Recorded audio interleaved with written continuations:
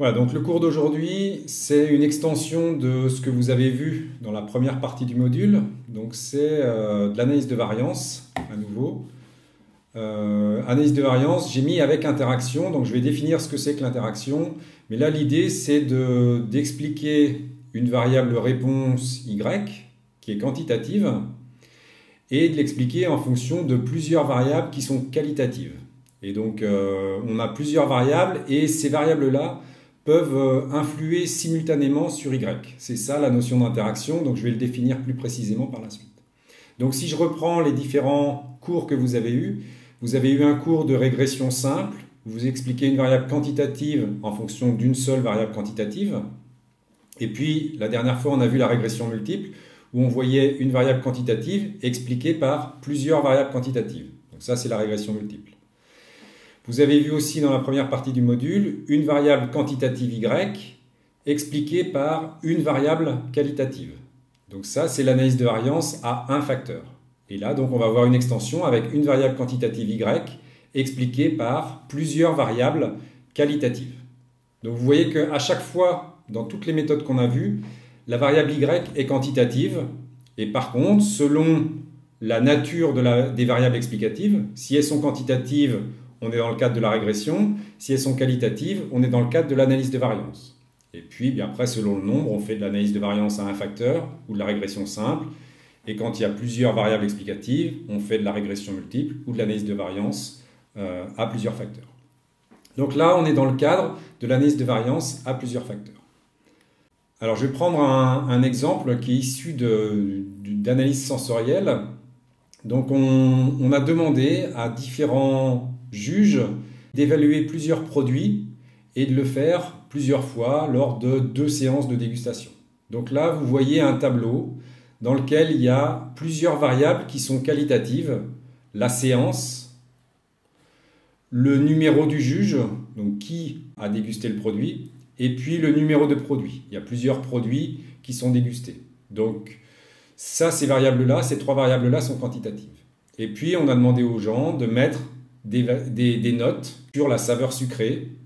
Donc 0, la saveur sucrée est très faible, 10, la valeur sucrée est très forte. Des notes aussi sur l'acidité, 0, la saveur est peu acide, 10, elle est très acide, etc.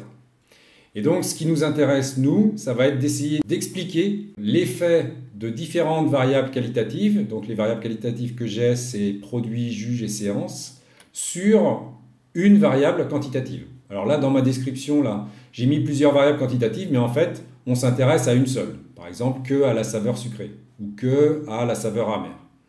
Et donc, l'objectif de l'analyse de variance, c'est j'ai une variable quantitative et j'essaie de voir l'effet, l'impact, l'influence de plusieurs variables qualitatives. Une ou plusieurs variables qualitatives. Et donc, les questions qui vont se poser, ça va être, bien, par exemple, y a-t-il des différences d'amertume entre les chocolats? Donc là, je m'intéresse à la saveur amère et je regarde s'il y a des effets du chocolat, c'est-à-dire des effets du produit. Donc est-ce qu'il y a un effet produit sur l'amertume?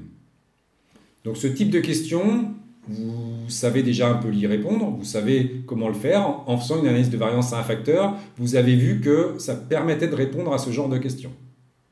D'accord? Est-ce qu'il y a un effet d'une variable sur la variable quantitative qui m'intéresse? Autre question que je peux me poser, est-ce que les juges utilisent l'échelle de notes de la même façon? Ou bien, est-ce qu'il y a des juges qui ont tendance à mettre des notes plus élevées globalement et des juges qui ont tendance à mettre des notes plus faibles que d'autres?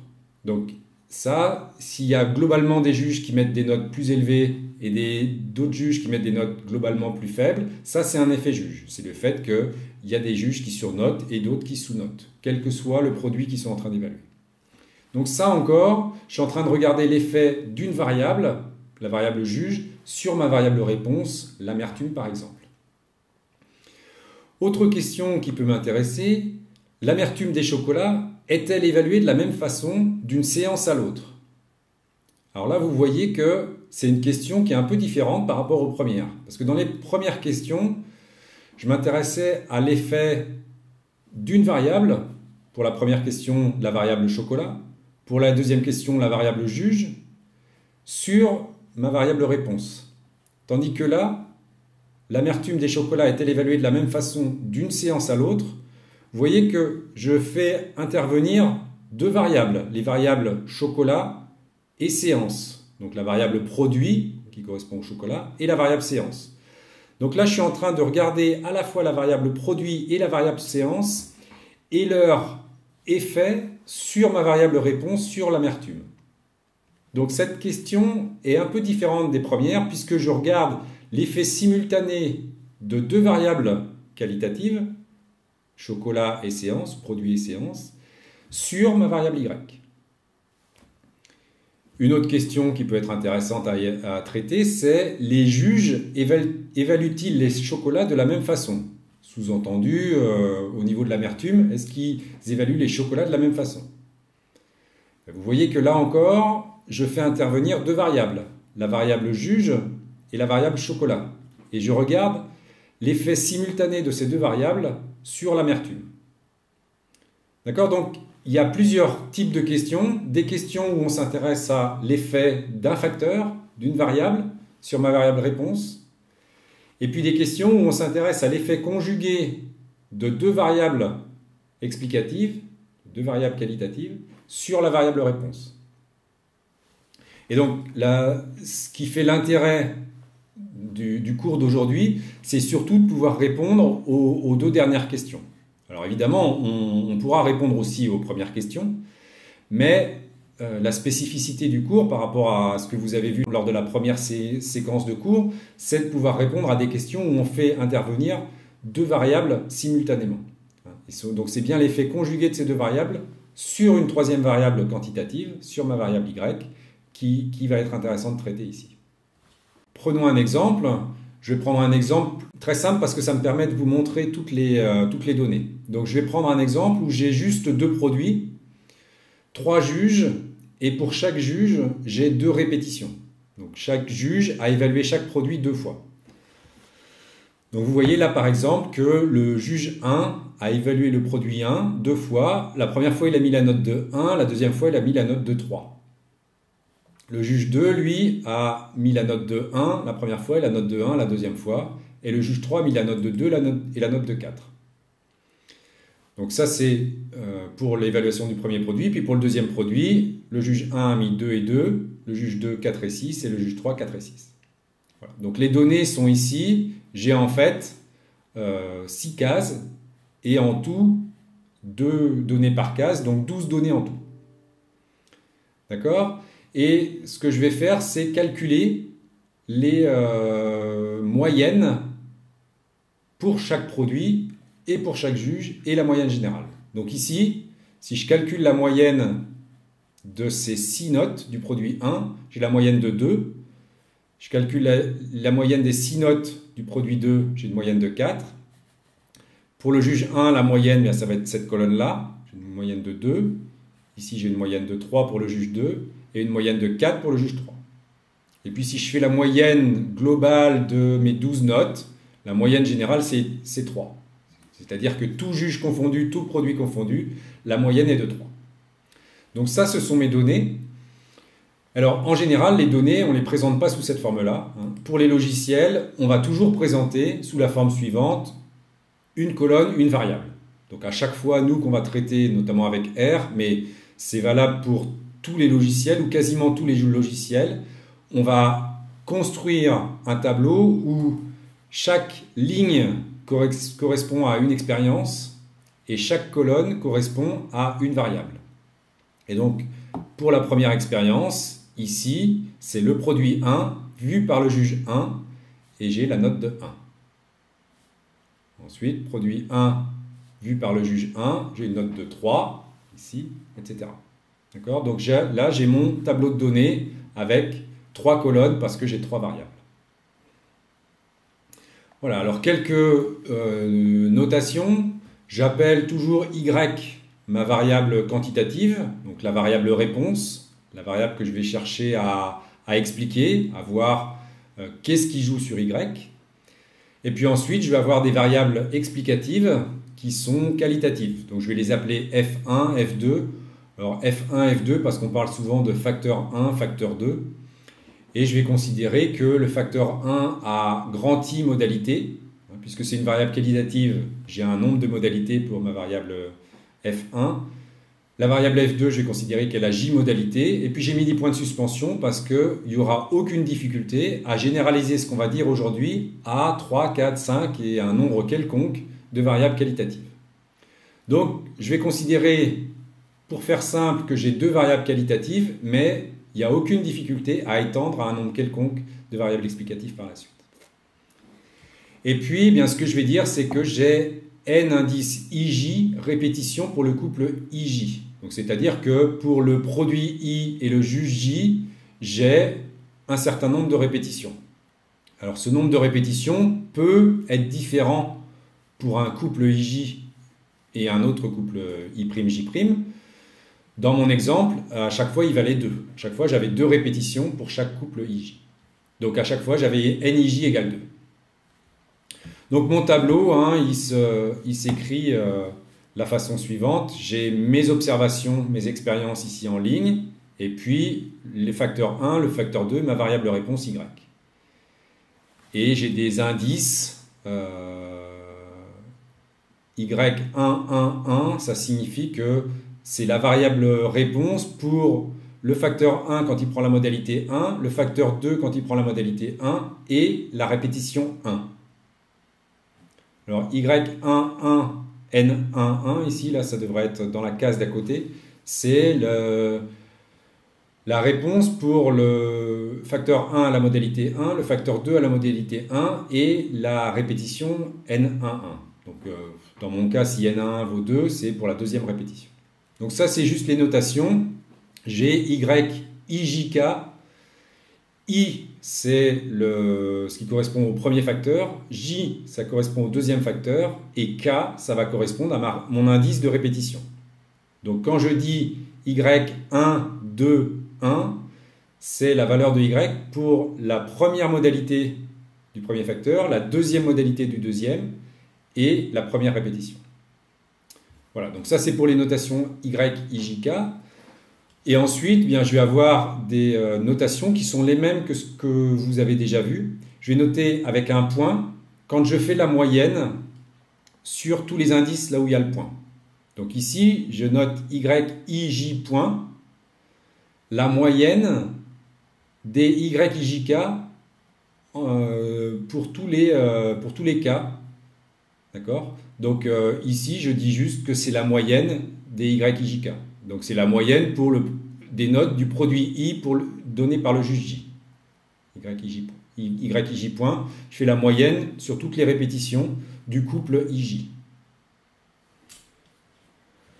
YI point point, bien, je fais la moyenne sur J et la moyenne sur K. Donc ici, autrement dit, YI point point, c'est la moyenne de toutes les notes pour le produit I. Donc je prends tous les YIJK avec petit i, quoi. Donc je dis que c'est 1 sur NI, 1 sur le nombre de données que j'ai pour le produit I, et je fais la somme de tous les YIJK. Donc tout simplement, c'est la moyenne des notes du produit I. Y.J. Ça va être exactement pareil, ça va être la moyenne des notes pour le juge J. Donc la moyenne des notes sur l'indice J. Donc je prends l'indice J et je prends tous les YIJK, je fais la somme sur I et sur K et je divise par le nombre de données que j'ai avec l'indice J sur le deuxième facteur. Et puis Y point, point, point, bah, ça va être la moyenne sur tous mes indices, c'est-à-dire que c'est la moyenne générale. D'accord, donc ça c'est les mêmes notations que précédemment, donc je passe assez rapidement là-dessus. Et donc on va utiliser ces notations par la suite, donc c'est pour ça que je les introduis en début de cours. Alors je vous ai dit, les questions qu'on se pose, c'est y a-t-il un effet produit sur la note?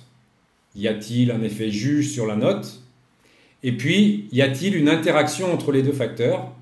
Donc y a-t-il l'effet d'une interaction entre ces deux facteurs produit et juge sur la note? Alors, je vais revenir juste après sur la définition de l'interaction. Mais pour répondre à ces questions, bien, ce qu'on a, c'est on a récupéré quelques données. On a un échantillon de données donc quelques données, et à partir de ces données, eh bien, on va vouloir prendre une décision. Donc évidemment, comme on veut prendre une décision, on n'a pas une infinité de données et on n'est pas sûr de nous. Mais on a quelques données, et à partir de ces quelques données, on veut pouvoir dire est-ce qu'il y a des différences entre produits ou pas. Est-ce que si j'avais fait d'autres mesures, est-ce que s'il y avait eu d'autres juges, est-ce que j'aurais aussi trouvé des différences entre les produits? C'est ça qui va m'intéresser, parce que de toute façon, j'aurai jamais une infinité de données. Si vous êtes en agronomie, vous voulez faire des tests pour tester un nouvel aliment pour des animaux, vous testez ce nouvel aliment contre un aliment que vous avez actuellement. Vous ne pouvez pas faire une infinité de tests. Donc vous allez en faire quelques-uns, et à partir de ces quelques-uns, vous voulez prendre une décision. Donc évidemment, cette décision, il y a une certaine variabilité dans les expériences. Si on avait fait d'autres expériences, on aurait des résultats un petit peu différents. Mais il n'empêche qu'on veut prendre une décision. Donc ça, c'est la notion d'inférence, du passage d'une décision sur notre échantillon à une décision sur la population. Donc ça, c'est ce qu'on appelle l'inférence, un passé de « j'ai observé des choses sur mon échantillon et je veux généraliser à ce qui se passe sur ma population ». Ça, c'est l'inférence, c'est la notion de test qu'on retrouve partout, tout le temps. Quand vous faites des tests de comparaison de moyenne, c'est pareil. Vous avez comparé un échantillon qui prend une modalité, un autre échantillon qui prend une autre modalité, et vous voulez comparer les moyennes. Vous avez quelques données, vous voulez généraliser à toute la population. Donc ça, c'est la notion de test, et évidemment, on va la retrouver en analyse de variance. Alors, si je définis l'interaction, bien le mieux, c'est de le définir avec un graphe. Donc ici, j'ai construit un graphe avec le point, vous voyez au bout de ma souris, ici, là, le point qui est ici, c'est la moyenne des notes du juge 1 pour le produit 2. Donc ici, c'est la moyenne des notes du juge 1 pour le produit 2. Ici, c'est la moyenne des notes du juge 2 pour le produit 2. Et ici, la moyenne des notes du juge 3 pour le produit 2. Et après, ce que j'ai fait, c'est que j'ai construit une ligne brisée qui relie ces moyennes ici. La moyenne du produit 2 pour le juge 1, pour le juge 2, pour le juge 3. J'ai construit la ligne brisée. Et puis, même chose pour le produit 1. J'ai la moyenne des notes du juge 1 pour le produit 1, moyenne des notes du juge 2 pour le produit 1, et moyenne des notes du juge 3 pour le produit 1. Et je construis la ligne brisée. Bien, ce que je peux voir ici, c'est que l'écart de notes du juge 1 entre le produit 1 et le produit 2 est le même que l'écart de notes du juge 2 entre le produit 1 et le produit 2, et c'est le même que l'écart de notes du juge 3 entre le produit 1 et le produit 2. Donc l'écart de notes ici est tout le temps identique. Donc puisque l'écart de notes est identique, ce qu'on va dire, c'est que les effets produit et juge s'additionnent. En fait, je peux sommer l'effet du juge, l'effet du produit, et je vais pouvoir avoir la note moyenne vue par le juge J et pour le produit I. Donc là, l'effet juge, par exemple, le juge 3 met des notes plus élevées que le juge 2, qui lui-même met des notes un peu plus élevées que le juge 1. Donc ça, il y a un effet juge, le juge 3 met des notes un peu plus élevées que le juge 2, et le juge 2 des notes un peu plus élevées que le juge 1. Et puis, il y a un effet produit. Le produit 2 a des notes plus élevées que le produit 1. D'accord ? Et ça, c'est vrai, quel que soit le juge. Mais ce qui m'intéresse ici, c'est l'écart de notation qui est le même d'un juge à l'autre. Et donc là, je vais considérer que effet produit et juge s'additionnent, et je vais dire qu'il n'y a pas d'interaction. Il n'y a pas d'interaction entre l'effet produit et l'effet juge, parce que ces deux effets ne font que s'additionner. Maintenant, si je suis dans cette situation-là, donc j'ai toujours les lignes brisées qui relient les moyennes du produit 2 pour le juge 1, le juge 2 et le juge 3, et la moyenne des notes pour le juge 1 produit 1, juge 2 produit 1, juge 3 produit 1. Bien, ce qu'on voit ici, c'est que les effets produit et juge ne s'additionnent plus. J'ai plus du tout le même écart de notes entre produit 1 et produit 2. Cet écart dépend du juge. D'accord ? Le juge 1 a tendance à mettre le produit 2 avec une note plus élevée que le produit 1, le juge 2 fait la même chose, mais par contre le juge 3, lui, a une autre vision des produits. Il voit le produit 1 avec une note plus élevée que le produit 2. Donc là, les effets produit et juge ne s'additionnent pas, et on va dire qu'il y a une interaction entre les facteurs produit et juge. C'est-à-dire que l'effet du produit dépend du juge. Selon le juge, l'effet produit, la différence entre les deux produits n'est pas la même. Donc ça, c'est la définition de l'interaction. La définition de l'interaction, c'est l'effet d'un facteur, l'effet du facteur produit, donc l'effet du facteur produit sur ma variable y, sur ma variable réponse, dépend des modalités de l'autre facteur, dépend des modalités du juge. Donc si je répète, l'effet du facteur produit, le fait que le produit 2 ait des notes plus élevées ou plus faibles que le produit 1, eh bien cet effet-là, sur ma variable réponse y, sur la saveur amère ici par exemple, dépend du juge, dépend des modalités de mon autre facteur, du facteur juge.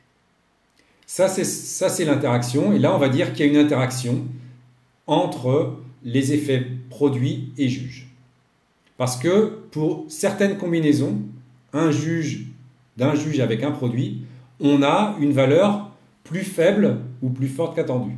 Pour le juge 3 et le produit 2, j'ai une valeur qui est plus faible que celle que je m'attendrais à avoir. Ben ça, c'est l'interaction. C'est le fait qu'il se passe quelque chose pour cette combinaison juge-produit sur l'amertume. Alors, juste une petite illustration, c'est juste pour vous que vous ayez un peu en tête l'effet de l'interaction. Donc, je considère Y le nombre de bulles et je m'intéresse à deux facteurs, le facteur boisson, eau ou Coca-Cola, et puis le facteur mentos, présence ou absence. Et ce qui m'intéresse, c'est la variable réponse Y sur le nombre de bulles. Alors évidemment, si je mets de l'eau avec du mentos ou de l'eau sans mentos, j'ai pas de bulles. Si je mets du coca sans mentos, j'ai un peu de bulles. Et si je mets du coca avec mentos, qu'est-ce qui se passe ?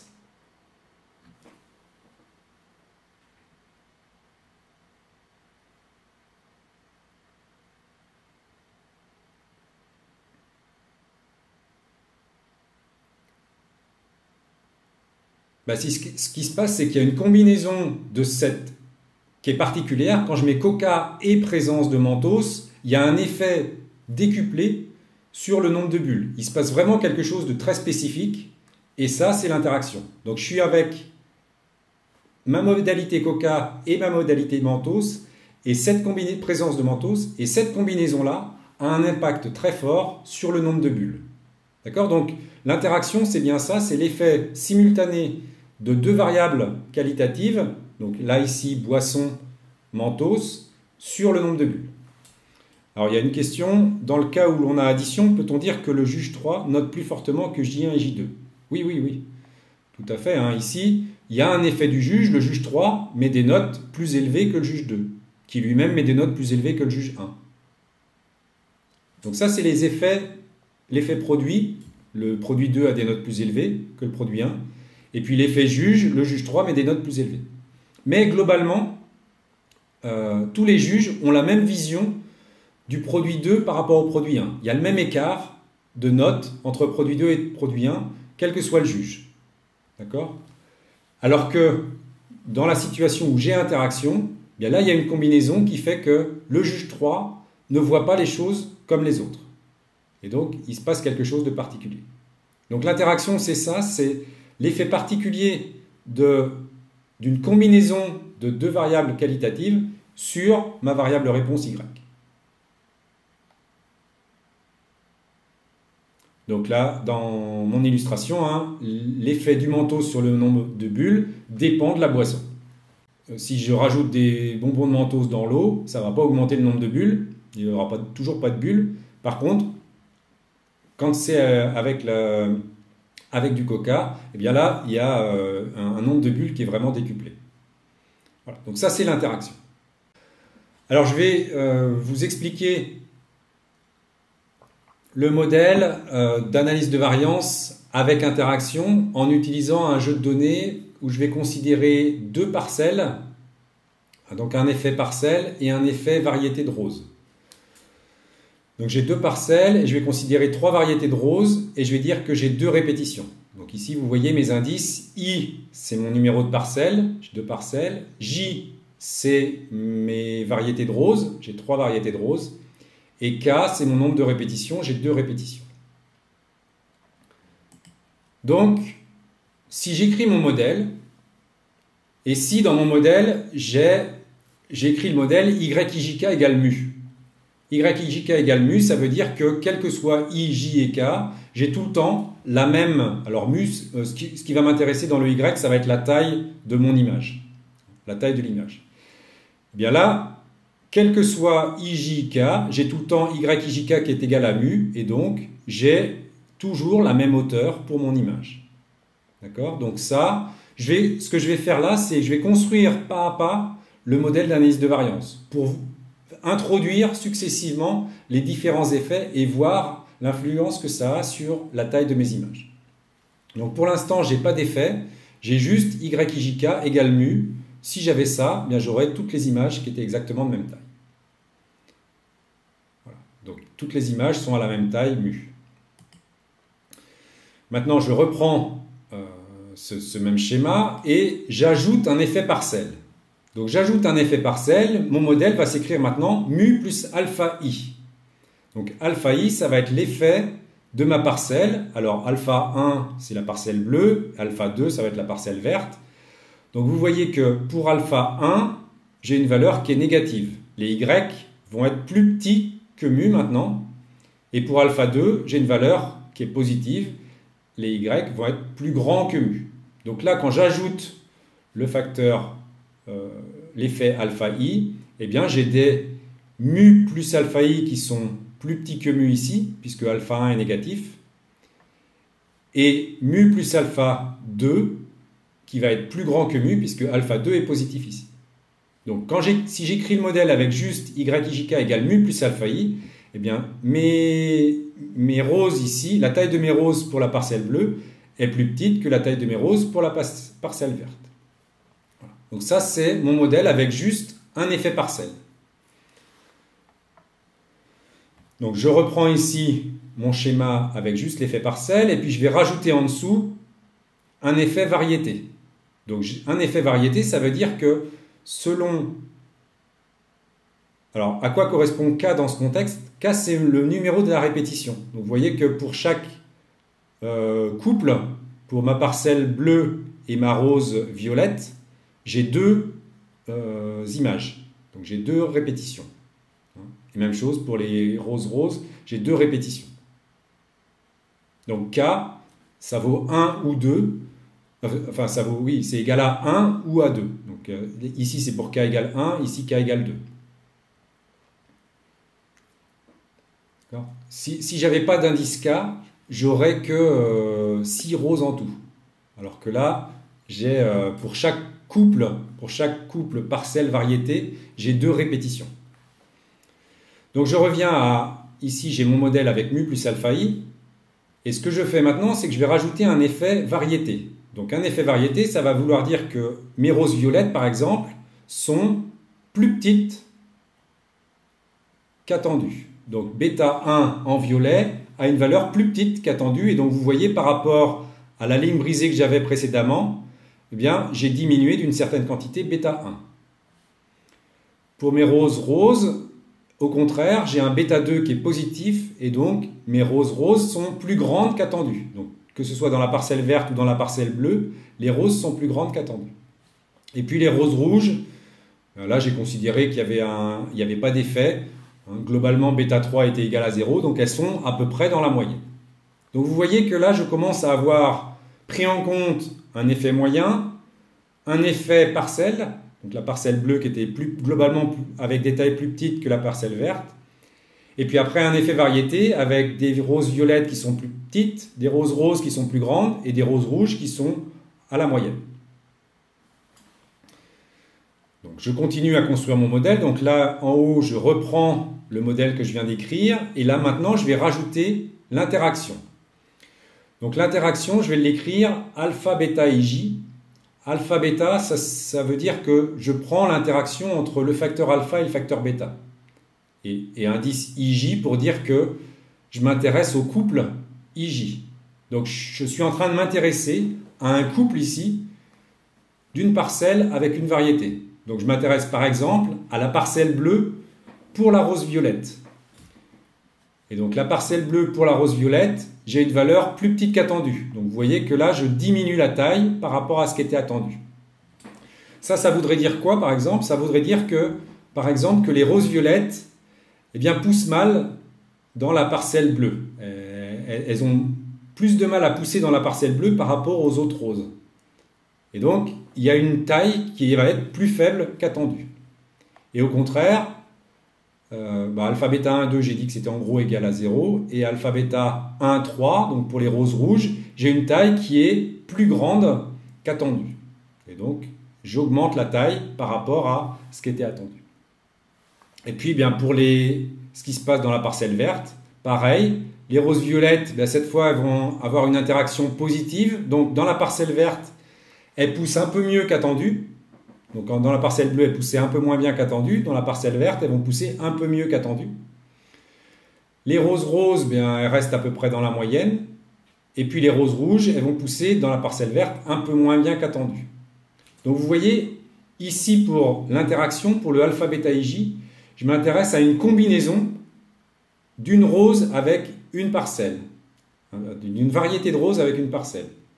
Et je dis, cette variété, dans cette parcelle, elle a tendance à moins bien pousser, alors qu'elle va mieux pousser dans l'autre parcelle. Donc là, je commence à avoir un modèle qui se complexifie, puisque j'ai un effet moyen, une taille moyenne, un effet global de globalement, dans la parcelle bleue, les tailles sont plus petites que dans la parcelle verte, donc ça c'est l'effet alpha i. Ensuite, un effet variété, donc globalement, les roses violettes étaient plus petites, les roses roses étaient plus grandes et les roses rouges étaient dans la moyenne. Et puis après, c'est quelque chose d'un peu plus spécifique, c'est la combinaison des deux variables. Et donc là, c'est quand je prends la rose violette avec telle parcelle, j'ai une valeur encore plus faible ou encore plus forte qu'attendue. Donc dans la parcelle bleue, ça marche moins bien et donc la rose violette ici va être plus petite qu'attendue. Et au contraire, dans la parcelle verte, elle est un peu plus grande qu'attendue. Et puis, même chose, il y a des interactions pour la parcelle bleue avec la rose rose et la parcelle bleue avec la rose rouge. Donc là, on a un modèle qui se complexifie encore. Et puis, si je reprends mon modèle ici, avec mes effets principaux, l'effet de la parcelle, l'effet de la variété de rose et puis l'interaction, je peux rajouter ce qu'on ajoute à la fin, c'est toujours un résidu. C'est-à-dire que, en fait, la nature est fait que on n'a pas, si j'ai des répétitions, des tailles qui sont exactement les mêmes, il y a toujours un résidu. Donc là, entre mes deux roses violettes dans la parcelle bleue, il va y avoir des petites différences de taille. Voilà. Et puis, pour les roses roses et rouges, il y a aussi des différences de taille. Donc là, je me retrouve avec des epsilon ijk, donc des petites différences qui apparaissent pour chaque combinaison. Donc le cas, il joue ici. Il joue dans l'effet de la répétition. Quand j'ai mes deux répétitions, j'ai pas exactement la même taille et donc je vais faire jouer l'indice K ici dans les résidus de mon modèle. Et donc voilà ce que j'obtiens finalement, c'est mes tailles qui sont comme ça. Donc vous voyez, là j'ai construit pas à pas le modèle en ajoutant successivement les effets principaux, le premier effet principal, le deuxième effet principal, l'interaction et le résidu. Alors en fait, qu'est-ce qui se passe dans la pratique? Dans la pratique, ce qu'on a, nous, c'est une observation de ces tailles-là. J'observe les tailles que j'avais à la fin, là, avec différentes tailles. J'observe ça. Et à partir de ça, ce que j'essaye de comprendre, c'est qu'il y a une certaine variabilité dans les tailles. Les tailles ne sont pas identiques. Qu'est-ce qui influe? Est-ce qu'il y a un effet de la parcelle? Est-ce qu'il y a un effet de la variété de rose? Est-ce qu'il y a un effet de l'interaction? Est-ce qu'il y a donc un effet d'une combinaison parcelle-variété qui fait que ça joue un peu plus? Ou bien est-ce qu'il y a un effet de la résiduelle? Donc vous voyez que mes données, j'ai ça.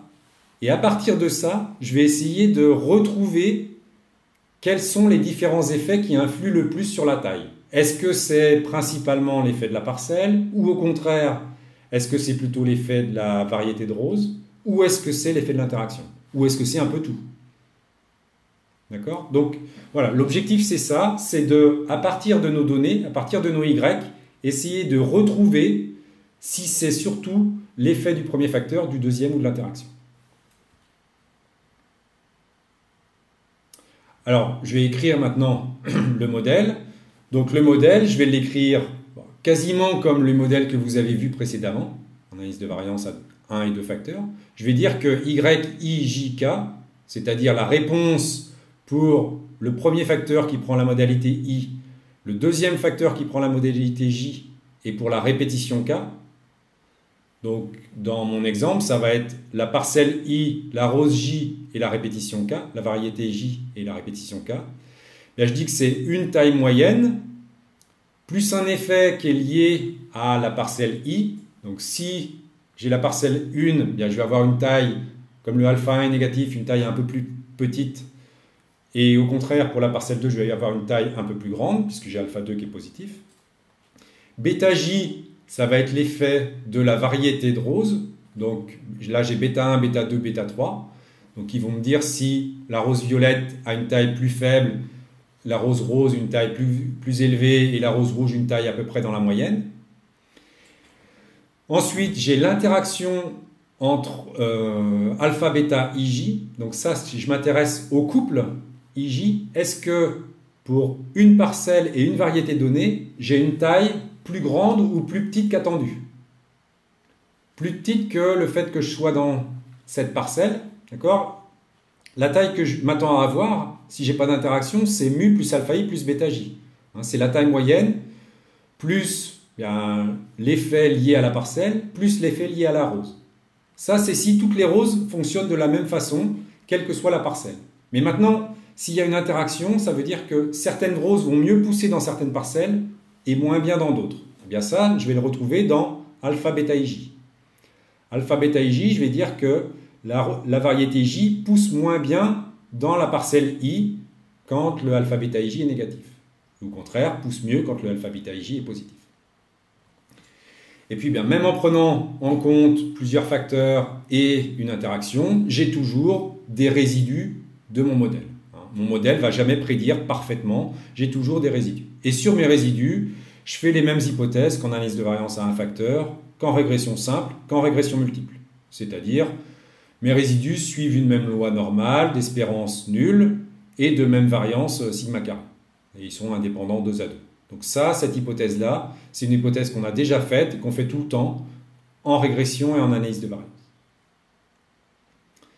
Voilà. Et donc ça, c'est la construction de mon modèle avec la prise en compte des effets principaux, des 2 effets principaux, du facteur 1 et du facteur 2, de l'interaction et de la résiduelle. Et ce que je vais faire, c'est que je vais chercher à réécrire ça sous la forme y égale x bêta plus e, avec espérance de e égale 0 et variance de e égale sigma carré identité. Alors évidemment, cette formule, ça vous rappelle quelque chose. On va voir que l'écriture ici, sous forme indicée, où je vois bien les effets de chacun des facteurs et de l'interaction, comment je peux réécrire ça sous la forme y égale x bêta plus e. L'intérêt, c'est juste pour pouvoir estimer les paramètres. Sinon, c'est toujours plus facile d'écrire le modèle sous cette forme indicée parce qu'on voit bien les facteurs qui entrent en jeu dans le modèle. Les facteurs et les interactions entre facteurs qui entrent en jeu dans le modèle. Alors maintenant, comment est-ce qu'on peut réécrire ce modèle-là sous la forme y égale x bêta plus e? Je vais réécrire mon modèle yijk égale mu plus alpha i plus bêta j plus alpha bêta ij plus epsilon ijk. Je le réécris pour toutes mes expériences. Donc pour ma première expérience, c'est i égale 1, j égale 1, k égale 1. Bien, je remplace i par 1, j par 1, i par 1, j par 1, et puis ici, i, j, k, avec que des 1. Ensuite, bien, la deuxième expérience, c'est même chose, i égale 1, j égale 1, mais k égale 2, c'est la répétition 2. Donc la seule chose qui change, c'est le résidu, epsilon 1, 1, 2. Et puis après, eh bien, je vais prendre I égale 1, J égale 2, K égale 1, etc., etc. Donc je peux écrire comme ça, pour mes 12 expériences, le modèle. Donc je me retrouve avec, eh bien, ici, je peux récupérer tous les Y, les mettre dans un vecteur. Donc là, j'ai mon vecteur de Y. Les résidus, c'est facile, je peux les prendre tous et les mettre dans un vecteur ici. Donc ça va être un vecteur que je vais appeler E par la suite. Donc j'ai Y, j'ai E, et ce que je dis ici, c'est que ce qui est écrit là, les mu plus alpha 1 plus bêta 1 plus alpha bêta 1, et puis décliné pour les différentes expériences, eh bien on peut l'écrire comme un produit matriciel avec une matrice avec des 1 et des 0, et une matrice avec tous les paramètres. Mu, alpha 1, alpha 2, bêta 1, bêta 2, etc. Alors, pourquoi ça marche? Bien, je vous donne la matrice ici, je vous donne le vecteur de paramètres avec l'ensemble des paramètres, ce que je vais appeler bêta, et on peut vérifier que ça marche. Si je lis la première ligne, donc vous allez voir que je suis en train de lire la première ligne ici, je lis Y1, 1, 1 égale 1 fois mu, donc mu, plus alpha 1, plus 0 alpha 2, ça compte pas, plus 1 bêta 1, donc plus bêta 1, plus 0 bêta 2, ça compte pas, plus 0 bêta 3, ça compte pas, plus 1 alpha bêta 1, donc plus alpha bêta 1, et puis après, plus 0 alpha bêta 1, 2, 0 alpha bêta 1, 3, etc. Donc j'ai que des choses qui ne comptent pas, plus epsilon 1, 1, 1. Donc si je reprends, hein, j'ai Y1, 1, 1 égale mu plus alpha 1 plus bêta 1 plus, les 0 ne comptent pas, plus alpha bêta 1, 1 plus epsilon 1, 1, 1. Et là, j'ai lu la première ligne qui était écrite ici. Et puis, bien, je peux le faire pour n'importe quelle ligne. Si je prends la dernière, j'ai Y2, 3, 2 égale mu plus alpha 2 plus bêta 3 plus alpha bêta 2, 3 plus epsilon 2, 3, 2. Donc là, je dis juste que je peux écrire ce qui est sous forme indicée. Je peux l'écrire sous la forme Y égale une grande matrice avec que des 1 et des 0 que j'appelle grand X, un vecteur avec l'ensemble des paramètres que j'appelle bêta, plus E. Alors, il y a des soucis ici dans notre matrice X parce que bien, je peux écrire une colonne de X. Enfin, je peux écrire une colonne de X, oui, la première colonne par exemple, comme la somme des deux suivantes. Ou comme la somme de ces trois-là. Ou comme la somme de ces six-là. Donc là, ce qu'on va dire, c'est que les colonnes de X ne sont pas linéairement indépendantes. Et ça, on a vu que ça pose problème parce qu'on ne va pas pouvoir inverser X'. Dans la régression, on avait dit qu'il fallait que les colonnes de X soient linéairement indépendantes. Donc là, comme les colonnes de X ne sont pas linéairement indépendantes, je ne vais pas pouvoir estimer bêta chapeau parce que X' ne sera pas inversible. Donc qu'est-ce que je vais faire? Bien, je peux aussi faire le constat que j'ai trop de paramètres à estimer. Les paramètres que j'ai à estimer, j'ai un paramètre pour mu, j'ai grand I paramètres parce que j'ai grand I alpha 1 et alpha 2. Donc dans mon cas, grand I égale 2, j'ai bien deux paramètres à estimer, alpha 1, alpha 2. Bêta, j'ai bêta 1, bêta 2, bêta 3, donc j'ai J qui est égal à 3. Et puis après les alpha, bêta et J, j'ai alpha, bêta 1, 1, alpha, bêta 1, 2, alpha, bêta 1, 3, alpha, bêta 2, 1, 2, 2, 2, 3. Donc j'ai 6 paramètres, c'est I fois J. Donc en tout, j'ai 1, plus 2, 3, plus 3, 6, plus 6, j'ai 12 paramètres à estimer. Et pourtant, j'ai que 6 cases dans mon jeu de données. Si je reviens sur mon jeu de données, ici, j'ai que 6 cases. Juge 1 produit 1, juge 1 produit 2, juge 1 produit 3, juge 1 produit 2, juge 2 produit 2, juge 3 produit 2. Donc comme j'ai que 6 cases, je vais pouvoir n'estimer que 6 paramètres. Parce que je m'intéresse aux effets produits, aux effets juges et aux interactions entre produit et juge. Donc j'ai besoin d'informations sur juge et produit. Et donc des informations sur juge et produit, j'en ai que 6. Donc là, je vous disais que j'avais 12 paramètres à estimer, alors qu'en fait, je n'ai que 6 paramètres indépendants. Ça veut dire que j'ai que 6 paramètres que je vais pouvoir estimer. Donc j'ai un modèle où je veux estimer trop de paramètres, par rapport à ce que je peux estimer. Donc là, je vais avoir besoin de contraintes, d'imposer des contraintes sur mes paramètres. En fait, c'est comme si j'avais un système linéaire avec peu d'équations et beaucoup d'inconnus. Ben, je ne vais pas pouvoir trouver toutes les inconnues. Si j'ai 6 équations et 12 inconnus, je ne vais pas pouvoir trouver les 12 inconnus. Là, c'est un peu ça qui se passe. J'ai 12 paramètres que je vais estimer et je pourrais en estimer que 6.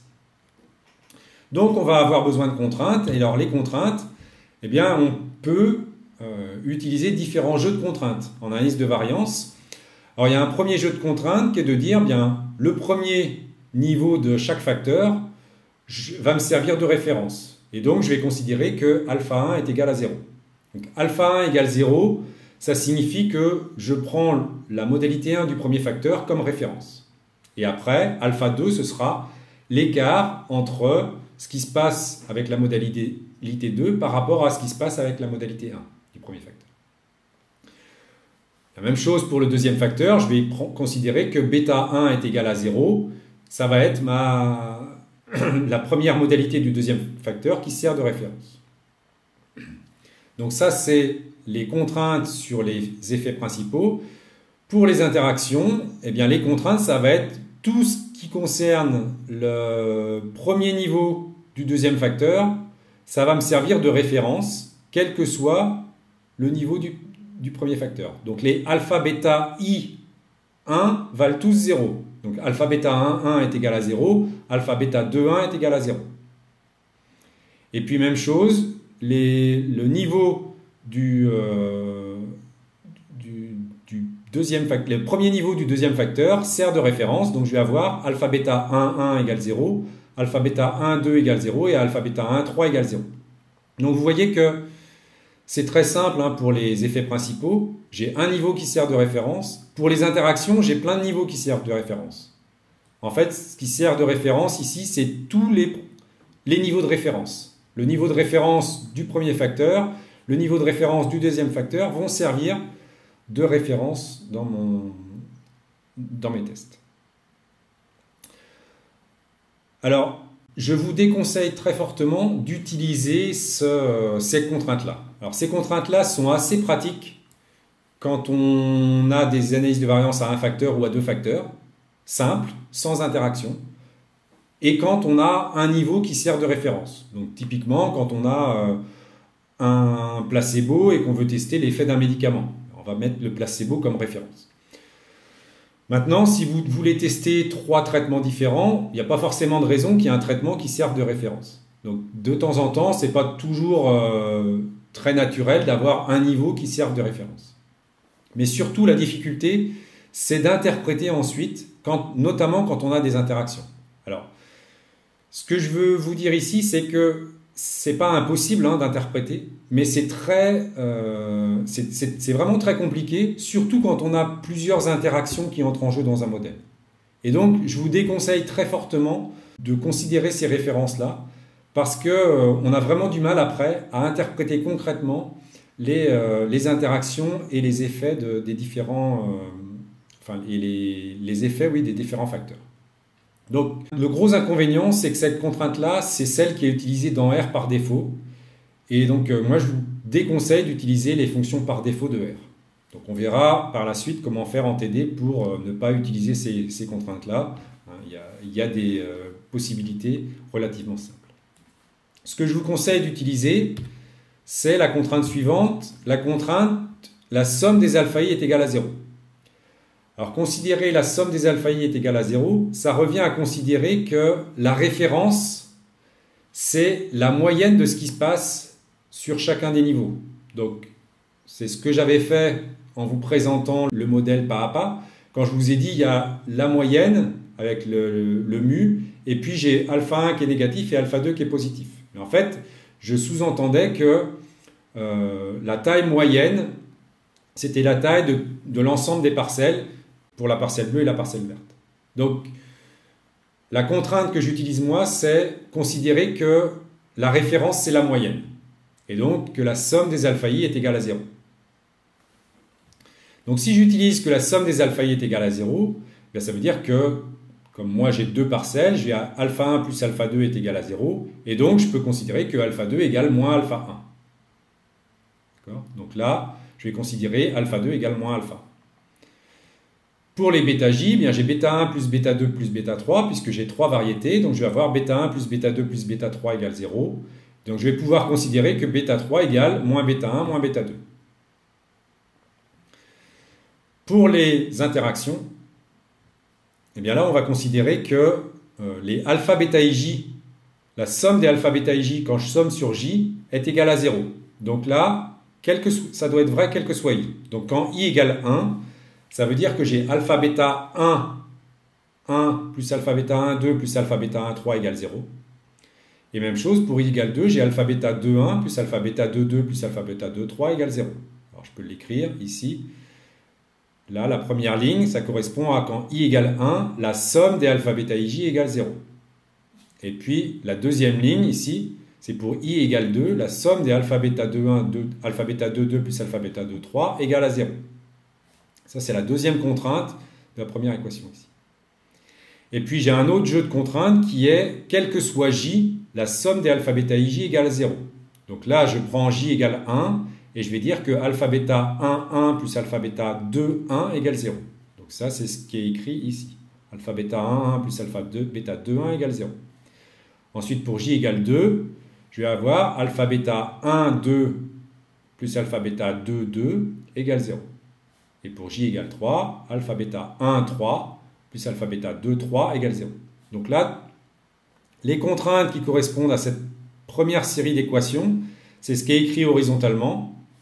Et les contraintes qui correspondent à cette deuxième série d'équations, c'est ce qui est écrit verticalement. Avec ces contraintes, dans mon exemple ici, bien vous voyez que j'ai besoin de ne connaître que alpha bêta 1, 1 et alpha bêta 1, 2. Si je connais ces deux valeurs qui sont entourées, bien, connaissant alpha bêta 1, 1 et alpha bêta 1, 2, puisque la somme vaut 0, avec alpha bêta 1 plus alpha bêta 1, 2 plus alpha bêta 1, 3, bien, je vais pouvoir trouver alpha bêta 1, 3. Alpha bêta 1, 3, ce sera égal à moins alpha bêta 1, moins alpha bêta 1, 2. D'accord? Alpha bêta 1, 3, c'est moins alpha bêta 1, moins alpha bêta 1, 2. Si je regarde verticalement, je sais que la somme alpha bêta 1, 1 plus alpha bêta 2, 1 égale 0. Donc alpha bêta 2, 1 sera égal à moins alpha bêta 1, 1. Alpha bêta 1, 2 plus alpha bêta 2, 2 égale 0. Donc alpha bêta 2, 2 sera égal à moins alpha bêta 1, 2. Et puis alpha bêta 2, 3, ben, ce sera égal à moins alpha bêta 1, 3 et moins alpha bêta 1, 3. Alpha bêta 1, 3, il est ici. C'est égal à moins, entre parenthèses, moins alpha bêta 1, moins alpha bêta 1, 2, c'est-à-dire à alpha bêta 1, 1 plus alpha bêta 1, 2. Donc vous voyez que j'ai besoin de ne connaître que deux paramètres ici, alpha bêta 1 et alpha bêta 1, 2, et tous les autres, je vais pouvoir les déduire grâce aux contraintes. Je sais comment les déduire grâce aux contraintes. Et donc finalement, j'ai besoin de connaître quoi? J'ai besoin de connaître alpha 1, bêta 1, bêta 2, alpha bêta 1, alpha bêta 1, 2 et mu. Donc si je compte, je vais avoir besoin comme paramètre de mu 1, alpha 1, ça me fait 2 paramètres, bêta 1, ça fait 3, bêta 2, ça fait 4, alpha bêta 1, 1, ça fait 5, et alpha bêta 1, 2, ça fait 6. Je me retrouve bien à estimer 6 paramètres, et j'avais 6 paramètres indépendants que je pouvais estimer, donc ça marche. Donc là, ce que je vais faire, c'est que je vais juste remplacer dans mes équations que j'avais précédemment, je vais remplacer alpha 2 par moins alpha 1. Donc ici, dans toutes ces séries d'équations, là où j'avais alpha 2, je remplace par moins alpha 1. Donc j'ai juste bêtement remplacé alpha 2 par moins alpha 1. Dès que j'avais bêta 3, j'ai remplacé par moins bêta 1, moins bêta 2. Donc là, j'avais des bêta 3, j'ai remplacé par moins bêta 1, moins bêta 2. Et puis quand j'ai des alpha bêta 1, 3, je remplace par moins alpha bêta 1, moins alpha bêta 1, 2. Quand j'avais des alpha bêta 2, 1, je remplace par moins alpha bêta 1, 1, etc. Donc là, ce que j'ai juste fait, c'est remplacer les coefficients alpha 2, bêta 3, alpha bêta 1, 3, alpha bêta 2, 1, alpha bêta 2, 2, alpha bêta 2, 3. Je les remplace par ce qu'il faut, ce que j'ai trouvé grâce aux contraintes. Et puis après, bien, une fois que j'ai fait ça, bien, je vais pouvoir réécrire une matrice X avec un vecteur de paramètres Et ici, j'ai les paramètres que je vais estimer à partir de mes données. Donc là, j'ai un vecteur de paramètres avec juste les paramètres qui entrent en jeu ici. Donc j'ai juste 6 paramètres ici qui entrent en jeu. Et puis, eh bien, les coefficients, j'ai des 1 quand j'ai plus alpha 1. J'ai des moins 1 quand j'ai moins alpha 1. Et puis, bien ici, par exemple, j'ai alpha bêta 1, 1. J'ai pas de alpha bêta 1, 2, donc j'ai des 0. Donc j'ai des 0, des 1 et des moins 1 dans ma matrice. Alors pourquoi j'ai fait ça? Bien, j'ai fait ça pour avoir une matrice X telle que les colonnes de X soient linéairement indépendantes. Je ne peux pas écrire une colonne comme la somme de 2 autres colonnes. C'est plus possible. Je me suis arrangé pour trouver des contraintes telles que je vais pouvoir estimer mes paramètres. Donc là, je dis que je vais pouvoir estimer ce jeu de paramètres ici grâce aux données. Et les autres paramètres, une fois que j'aurai trouvé une estimation de alpha 1, ben je dirai juste alpha 2 c'est égal à moins l'estimation de alpha 1 que j'ai trouvée. Oui, ok. Donc là, j'ai trouvé une matrice X. Et cette matrice X, je me suis arrangé pour que les colonnes soient linéairement indépendantes. Donc maintenant, je vais pouvoir estimer les paramètres. Alors, vous allez voir que ça va être très simple parce que, qu'est-ce que j'ai fait juste avant? Je reviens en arrière.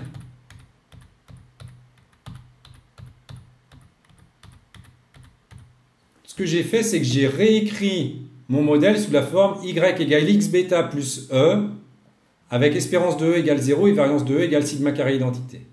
Et avec une matrice x telle que les colonnes de x sont linéairement indépendantes. Donc ça, cette écriture y égale x bêta plus e et les hypothèses sur e, sur les résidus, ben, c'est exactement ce qu'on avait quand on faisait de la régression. Donc en fait, si on estime les paramètres du modèle d'analyse de variance, bien, on va reproduire exactement ce qu'on a fait en régression. Puisque le modèle, on le réécrit exactement de la même manière. On le réécrit y égale x bêta plus e. Et donc, ce qu'on va faire, c'est qu'on va utiliser le même critère pour estimer les paramètres. Donc, un critère des moindres carrés. On va chercher à minimiser l'écart entre les observations et les prévisions. Plus exactement, l'écart au carré, la somme des carrés des écarts. Donc ça, c'est le critère des moindres carrés. Donc, je vais chercher à minimiser le critère des moindres carrés. Et puis, bien, si je fais la même chose que la dernière fois, eh bien, je vais pouvoir dériver et trouver l'équation x' bêta égale x' y et dire, bien, si x' est inversible, alors l'estimateur de bêta, c'est bêta chapeau égale x' moins 1, x' y. Donc, qu'est-ce que j'ai fait là? J'ai juste réécrit le modèle d'analyse de variance sous la forme y égale x bêta plus e.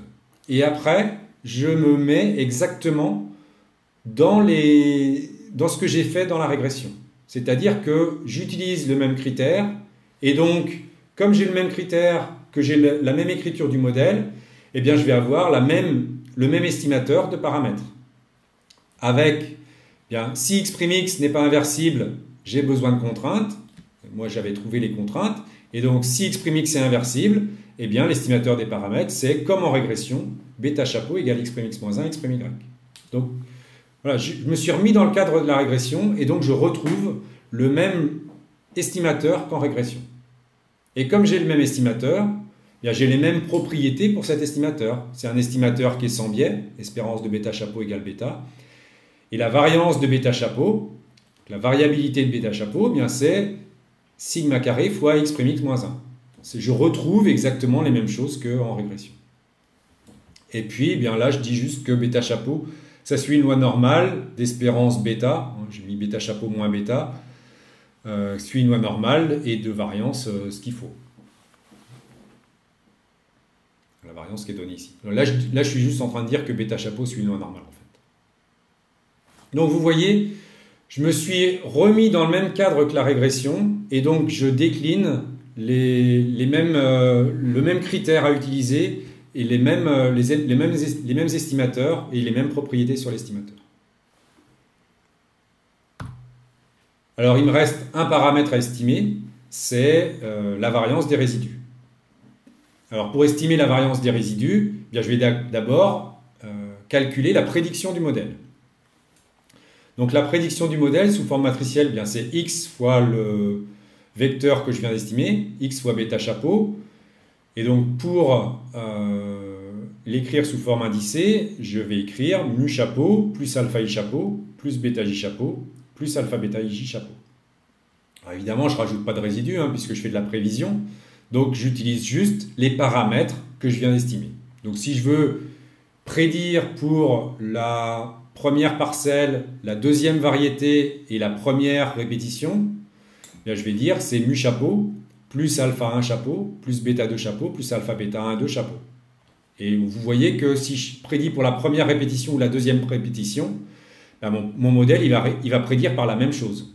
C'est normal, il n'y a pas d'effet de la répétition dans mon modèle. Et donc, que je prenne k égale 1 ou k égale 2, je vais faire la même prévision. Alors, juste une remarque, si je fais mu chapeau plus alpha i chapeau plus bêta j chapeau plus alpha bêta ij chapeau, ça va être égal à y ij point. Ça veut dire que la prévision de mon modèle, ça va être la moyenne des observations pour le couple ij. Alors là, je suis en train de dire que la prévision de mon modèle d'analyse de variance pour la parcelle i et la variété j, c'est la moyenne des tailles pour la parcelle i et la variété j. Alors là, vous pourriez me dire, ça fait 1 heure qu'on fait un cours d'analyse de variance pour prédire par les observations qu'on a dans la cellule. C'est quand même pas terrible d'avoir passé 1 heure pour prédire par ce qu'on voit, par la moyenne de la cellule.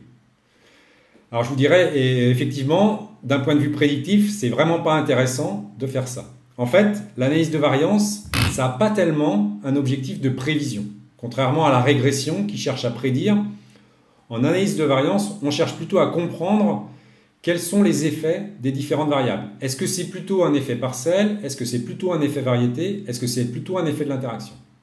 Et on ne cherche pas vraiment à utiliser le modèle dans un but prédictif. Donc c'est pour ça que là, d'un point de vue prédictif, c'est quand même pas très intéressant de prédire par la moyenne des observations. Alors les résidus maintenant, bien c'est l'écart entre les observations et les prévisions. Ça c'est comme d'habitude. Et puis bien la variance des résidus, bien ça va être la somme des carrés des résidus divisé par combien? Alors à votre avis, par combien est-ce que je vais diviser ici? C'est toujours pareil, c'est toujours la même réponse que j'attends.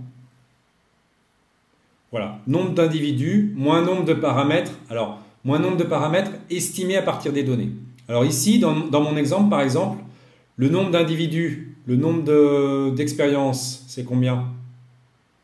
12, n égale 12. Et le nombre de paramètres que j'ai estimé à partir de mes données, 6. Effectivement, il y a mu, alpha 1, bêta 1, bêta 2, alpha bêta 1 et alpha bêta 1, 2. Ça fait 6 paramètres. D'accord? Donc j'ai bien ici, dans mon exemple, n moins 6. Donc 12 moins 6. Alors n, c'est le nombre de données. Et en fait, le nombre de paramètres estimés, bien c'est i fois j. Quand j'ai un modèle d'analyse de variance à 2 facteurs, si je compte le nombre de paramètres estimés, bien on peut compter, ça fait 1 pour mu, i moins 1 pour le premier facteur. Donc moi dans mon exemple j'avais i égale 2 et j'ai juste estimé alpha 1, donc c'est bien i moins 1. Pour bêta, j'avais 3 paramètres, j'ai estimé bêta 1 et bêta 2. Je dédivisais le dernier en faisant moins bêta 1 moins bêta 2, donc c'est bien j moins 1. Et après pour l'interaction, il suffit de faire les degrés de liberté de chacun des facteurs. Donc c'est le produit i moins 1 fois j moins 1. Et en fait, si on calcule 1 plus i moins 1 plus j moins 1 plus i moins 1 fois j moins 1, on tombe sur ij. Donc le nombre de paramètres qu'on estime, c'est bien i fois j. Et donc, on a sigma chapeau carré, c'est n moins i fois j. Et si je fais ça, j'ai bien compté les degrés de liberté de la résiduelle, et donc j'ai bien espérance de sigma chapeau carré égale sigma carré. Là, on a estimé tous les paramètres du modèle. Il y a certains paramètres qu'on estime à partir des données, mu, alpha 1, bêta 1, bêta 2, alpha bêta 1, alpha bêta 1, 2. Et puis il y en a d'autres qu'on va déduire grâce aux contraintes. Donc une fois que j'aurai estimé, calculé alpha 1 chapeau, je vais dire alpha 2 chapeau sera égal à moins alpha 1 chapeau. Donc ça, je le déduis grâce aux contraintes. Et ensuite, j'ai estimé la variance des résidus. Alors, un petit cas particulier où on peut calculer à la main les paramètres du modèle. Parce que quand on a l'équation x' x moins 1, x' y, c'est du calcul matriciel. X', x moins 1, c'est très compliqué à inverser, on ne sait pas le faire à la main, donc on ne peut pas faire les calculs à la main. Il y a un cas particulier où on peut estimer les paramètres à la main. Et ce cas particulier, c'est quand on a un plan équilibré. Alors un plan équilibré, c'est-à-dire que c'est un plan complet et équirépété. Alors qu'est-ce que ça veut dire complet? Complet, ça veut dire qu'on a testé toutes les combinaisons des facteurs. Donc j'ai testé toutes les parcelles avec toutes les variétés. Et équirépété, j'ai testé un même nombre de fois. Donc un plan équilibré, c'est qu'on teste toutes les combinaisons et on les teste toutes un même nombre de fois. Et dans ce cas-là, mu chapeau, c'est l'effet moyen, ce sera égal à la moyenne des y. C'est très logique. Hein. Mu chapeau, c'est l'effet moyen, c'est la moyenne des y. Ok. Alpha i chapeau, c'est l'effet de mon facteur quand il prend la modalité i. Donc par exemple, l'effet de la parcelle i. Et là, ce que ça dit, c'est que c'est la moyenne de ce qui se passe pour la modalité i moins la moyenne générale. Là encore, c'est très logique. Ça signifie que l'effet de la parcelle i, c'est la moyenne de ce qui se passe sur la parcelle i moins la moyenne générale. Donc on voit bien que si l'effet de la parcelle i est positif, c'est bien parce que il y a un yi point point qui va être plus grand que pour la moyenne générale. Donc on comprend bien ce que c'est que l'effet de la parcelle i ici. Même chose, l'effet de la variété j, c'est ce qui se passe pour la variété j moins ce qui se passe pour la moyenne générale. Alors pour l'interaction, c'est un petit peu plus compliqué à voir, mais on peut voir que c'est yij point moins yi point point moins y point j point plus y point point point.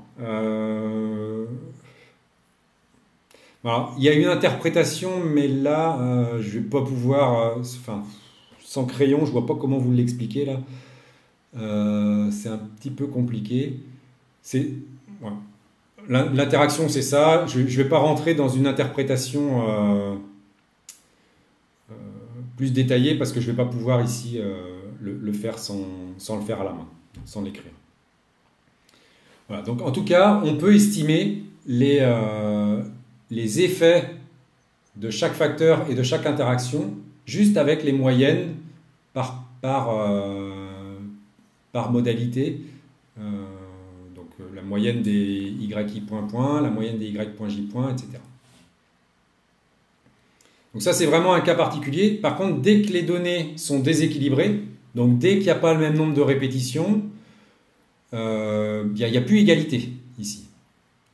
Et du coup, ça peut être un peu perturbant quand on analyse des résultats. Parce que là, c'est quand même bien pratique d'avoir l'interprétation ici, l'effet de la modalité i, c'est ce qui se passe pour la modalité i moins ce qui se passe en général.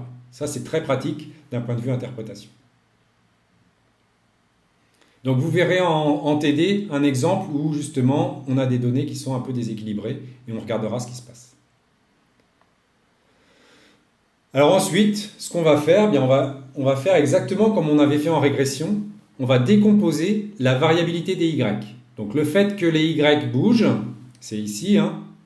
Donc ils bougent autour de la moyenne, donc ça c'est la variabilité des y. Donc, cette variabilité des y, bien là je vais pouvoir la décomposer en plusieurs termes.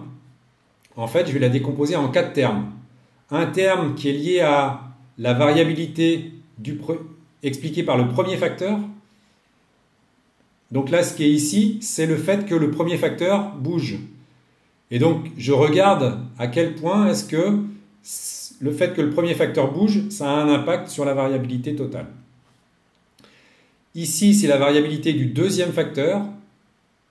Donc, même chose, je vais m'intéresser à cette variabilité du deuxième facteur et voir à quel point est-ce que ça a un impact sur la variabilité totale. Est-ce que c'est négligeable dans la variabilité totale ou au contraire, est-ce que c'est important? Ici, c'est la variabilité liée à l'interaction. Et ici, c'est la variabilité résiduelle. La différence entre l'observation et ici, c'est la prévision. Je vous avais dit que la prévision, c'était égal à y ij point. Donc là, ce qu'il faut retenir de cette diapositive, c'est que la variabilité totale peut se décomposer en 4 termes. Une variabilité expliquée par le premier facteur, une variabilité expliquée par le deuxième facteur, une variabilité expliquée par l'interaction et une variabilité que je ne peux pas expliquer, qui est la variabilité résiduelle. Et puis, associé à chaque variabilité, eh bien, il y a des degrés de liberté. Donc, pour la variabilité totale, eh bien, j'ai juste estimé la moyenne, donc j'ai n-1 degrés de liberté. Pour le premier facteur, eh bien, ici, en fait, j'ai 6 yi points, mais ils sont liés puisque j'ai un paramètre y point ici. Donc, j'ai i-1 degré de liberté ici. J'ai j-1 degré de liberté ici. Et puis après, eh bien, on avait les degrés de liberté de la résiduelle qui étaient n-i fois j. Et par différence, on retrouve les degrés de liberté associés à l'interaction. i-1 fois j-1. Donc pour l'interaction, c'est les degrés de liberté du premier facteur fois les degrés de liberté du deuxième facteur. Donc là, c'est assez facile de calculer les degrés de liberté de l'interaction. Donc quand on a un plan équilibré, des données équilibrées, eh bien la variabilité totale peut se décomposer en une somme de 4 variabilités. Variabilité du premier facteur, du deuxième facteur, de l'interaction et de la résiduelle. Si les données sont plus équilibrées, eh bien, il n'y a plus vraiment égalité. Et là, c'est un petit peu plus compliqué. On ne rentrera pas dans ces difficultés cette année. Vous rentrerez dans ces difficultés peut-être plus tard si vous faites un peu plus de statistiques.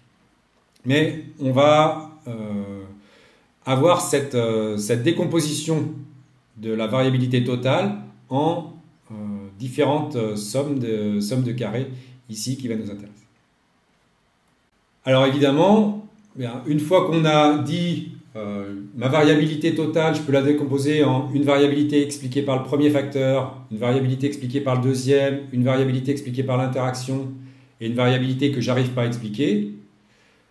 On va vouloir construire des tests et savoir est-ce qu'il y a un facteur qui est significatif ou pas. Donc, premier test qu'on peut faire, est-ce que le premier facteur a un effet significatif sur Y ou pas? Donc, si le premier facteur a un effet significatif ou pas, bien les hypothèses qu'on va tester, c'est le facteur n'a pas d'effet, ça va être H0, et H1, l'hypothèse alternative, c'est le facteur a un effet sur Y. Et donc, mathématiquement, on va écrire, bien, tous les alpha i sont égaux à 0, contre eux, il y a au moins un alpha i qui est différent de 0. Alors, évidemment, si tous les alpha i sont égaux à 0, ça veut dire que le facteur n'influe pas sur Y. Ça veut dire que je peux supprimer le facteur dans l'écriture de mon modèle puisque les alpha i valent 0. Alors ici, ce que je vous donne, c'est l'espérance des carrés moyens expliqués par le premier facteur, le deuxième facteur, l'interaction ou la résiduelle. Donc là, c'est une formule qui me dit, globalement en moyenne, donc l'espérance du carré moyen du premier facteur, voilà comment elle s'écrit. Elle s'écrit sigma carré plus, alors k fois j sur i-1, donc globalement ça c'est une constante on va dire, fois somme des alpha i carré. Même chose pour l'espérance du carré moyen du facteur b, sigma carré plus une constante fois somme des bêta j carré. Pour le carré moyen de l'interaction, c'est même chose, sigma carré plus une constante fois la somme des coefficients de l'interaction au carré. Et puis le carré moyen de la résiduelle, en moyenne, bien c'est sigma carré. Ça, on avait vu que c'était un estimateur sans biais. Quand on divisait par les bons degrés de liberté, par n-ij, on avait l'espérance de sigma chapeau carré qui était égale à sigma carré. Qu'est-ce qui se passe si tous les alpha i sont égaux à 0? L'espérance du carré moyen de A, effectivement, on aura sigma carré plus une constante fois une somme de choses qui sont des zéros au carré. Donc tout ça, ça vaudra 0. La somme des alpha i carré, ce sera 0. Donc tout ce qui est ici, ce sera égal à 0. Donc l'espérance du carré moyen de A, ce sera égal à sigma carré. Et donc si je me retrouve avec espérance du carré moyen de A égale sigma carré, espérance du carré moyen de la résiduelle, c'est aussi sigma carré, quel test est-ce que je pourrais faire? Finalement, un simple test de comparaison de deux variances. Je vais tester est-ce qu'il y a égalité entre cette variance-là et cette variance-là. S'il y a égalité, c'est que les alpha i sont à peu près tous égaux à 0. Sont égaux à 0. Je peux considérer qu'ils sont égaux à 0. Donc l'idée, là encore, c'est l'idée de comparer deux variabilités. Je vais utiliser la variabilité résiduelle comme variabilité de référence et je vais comparer la variabilité expliquée par le facteur A à la variabilité résiduelle. Si les deux variabilités sont du même ordre de grandeur, si en gros c'est autour de sigma carré, dans ce cas-là, les deux variabilités sont comparables, je vais avoir envie de dire que le facteur A explique pas plus de choses que la résiduelle. Or, la résiduelle, c'est quelque chose que j'arrive pas à expliquer, donc qui est forcément pas très très grand. C'est quelque chose que je vais considérer comme, j'arrive pas à l'expliquer, donc un peu comme négligeable, en tout cas comme pas suffisamment important pour que je puisse le comprendre. Et donc, je vais dire que le facteur A explique pas plus que la résiduelle. Et donc, je vais avoir envie de dire, le facteur A n'explique pas grand-chose, et je vais envie de dire, il n'y a pas d'effet du facteur A. Et puis au contraire, si alpha i est différent de 0, bien ici la somme des alpha i carrés va devenir grande. Et donc là, cette quantité va devenir grande et le carré moyen de A, en espérance, va être beaucoup plus grand que sigma carré. Et dans ce cas-là, je m'attends à avoir, si les alpha i sont différents de 0, je m'attends à avoir carré moyen de A qui sera beaucoup plus grand que le carré moyen de la résiduelle. Et donc si, quand je compare le carré moyen du facteur A et le carré moyen de la résiduelle, le carré moyen de A est beaucoup plus grand, eh bien je vais dire qu'il y a un effet du facteur A. Donc là, l'idée, ça va être à nouveau de construire un simple test de comparaison de variance. Et je vais comparer les deux variabilités, carré moyen du facteur A, carré moyen de la résiduelle. Si c'est du même ordre de grandeur, je considère qu'il n'y a pas d'effet du facteur A. Si au contraire, le carré moyen de A est beaucoup plus grand que le carré moyen de la résiduelle, je vais avoir envie de dire qu'il y a une différence significative entre ces variabilités et que ça s'explique par les alpha i qui sont différents de 0. Tout ce que j'ai dit ici avec le facteur A, vous voyez que c'est complètement symétrique avec le facteur B, évidemment. Deuxième facteur, ça va être juste que quand on va tester les β-j, c'est si les β-j sont égaux à 0 ou différents de 0, ça va être exactement le même raisonnement. Et puis même chose ici avec les alpha β-ij. Si tous les alpha β-ij sont égaux à 0, je vais dire qu'il n'y a pas d'interaction. Et si il y a des alpha β-ij qui sont différents de 0, bien cette quantité-là va devenir grande, et donc je vais avoir le carré moyen de l'interaction qui sera plus grand que le carré moyen de la résiduelle. Donc, bien, les tests qu'on va construire, c'est le test où je teste tous les alpha i sont égaux à 0, contre il existe au moins un alpha i qui est différent de 0. Peut-être plusieurs, mais au moins un. La statistique de test, bien c'est ce que j'ai dit, je compare le carré moyen du facteur A sur le carré moyen de la résiduelle. Et si l'hypothèse H0 est vraie, eh bien ça c'est les mêmes variances, c'est sigma carré au numérateur et au dénominateur, et donc dans ce cas-là, si l'hypothèse H0 est vraie, eh bien ça va suivre une loi de Fischer avec les degrés de liberté du numérateur, c'est I-1, et les degrés de liberté du dénominateur, eh bien c'est les degrés de liberté de la résiduelle. Donc là, je vais dire, si l'hypothèse H0 est vraie, si tous les alpha i sont égaux à 0, alors cette quantité, ce ratio ici, va suivre une loi de Fischer à I-1 et n-ij, ou les degrés de liberté de la résiduelle, pour les degrés de liberté du dénominateur. D'accord? Donc l'idée, c'est vraiment de comparer les variabilités du facteur à la variabilité résiduelle. Si c'est du même ordre de grandeur, si cette quantité est autour de 1, je vais avoir envie de dire, l'hypothèse H0 est plausible, je vais accepter l'hypothèse H0. Si cette quantité est beaucoup plus grande que 1, significativement plus grande que 1, ça veut dire que la variabilité expliquée par le facteur est beaucoup plus grande que la variabilité résiduelle. Ça veut dire que mon facteur A explique beaucoup plus que la résiduelle, et donc il y a un effet du facteur A. Je me sers à nouveau de la variabilité résiduelle comme variabilité de référence. Et donc, bien, je vais pouvoir après prendre ma décision en regardant la valeur de f. Si le f est autour de 1, donc pas trop grand, je dis qu'il n'y a pas d'effet du facteur A. Et si j'ai une valeur de f qui est très grande, eh bien, je vais dire que cette valeur de f, si j'ai une valeur de 10 par exemple, je vais dire eh bien 10, ça ne peut pas provenir d'une loi de Fisher, c'est beaucoup trop grand, et donc, puisque ça ne provient pas d'une loi de Fisher, eh bien c'est que je me suis trompé ici dans mon hypothèse que tous les alpha i étaient égaux à 0. Et donc, ça veut dire que je rejette l'hypothèse tous les alpha i sont égaux à 0, et je vais considérer qu'il y a au moins un alpha i qui est différent de 0. Donc là encore, hein, vous pouvez décider soit en calculant cette quantité et en comparant avec la loi de f, soit en regardant la probabilité critique. Tous les logiciels vous rendent la probabilité critique du test, et donc vous regardez la probabilité critique et ça va fonctionner. Alors, si on répète ça sur l'interaction, donc pour tester l'effet d'une interaction, eh bien c'est exactement pareil. Je vais comparer le carré moyen de l'interaction au carré moyen de la résiduelle. Donc l'hypothèse H0, ça va être tous les alpha, bêta et j sont égaux à 0.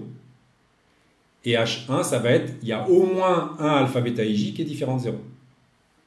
Et puis, eh bien, je vais comparer carré moyen de l'interaction sur le carré moyen de la résiduelle. Si ces deux quantités sont comparables, c'est qu'il n'y a pas d'effet de l'interaction. Je vais accepter H0. Et au contraire, si le carré moyen de l'interaction est beaucoup plus grand que le carré moyen de la résiduelle, je vais rejeter l'hypothèse H0. Donc, bien là, je teste le carré moyen de l'interaction sur le carré moyen de la résiduelle. Voilà, j'ai juste réécrit somme de carrés divisé par i-1, j-1, c'est les degrés de liberté de l'interaction, et somme de carrés résiduels divisé par les degrés de liberté de la résiduelle, pour avoir carré moyen de l'interaction sur carré moyen de la résiduelle. Sous l'hypothèse H0, ça va suivre une loi de Fisher avec les degrés de liberté du numérateur i-1 fois j-1 et les degrés de liberté du dénominateur, degrés de liberté de la résiduelle.